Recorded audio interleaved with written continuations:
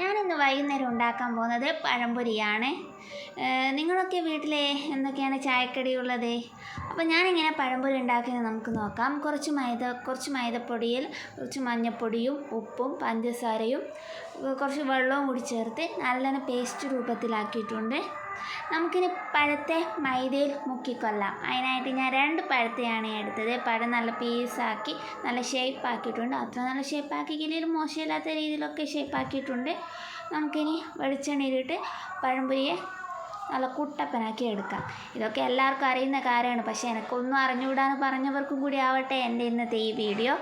നമുക്കതിന് പഴംപൊരിയെ നല്ല തിരിച്ചും മറിച്ചും ഇട്ട് നല്ല ചുവന്ന കുട്ടപ്പനാക്കി എടുക്കാം ഗായ്സ്.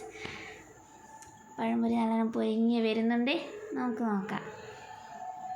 അങ്ങനെ പഴംപൊരി ഏകദേശം റെഡിയായി വരുന്നുണ്ട്. ഞാൻ അതിനൊരു പ്ലേറ്റിലേക്ക് മാറ്റി കട്ടൻ ചായയും കൂടിയുണ്ട്. മഴ കട്ടൻ ചായ പഴംപൊരി, ആഹാ എന്താ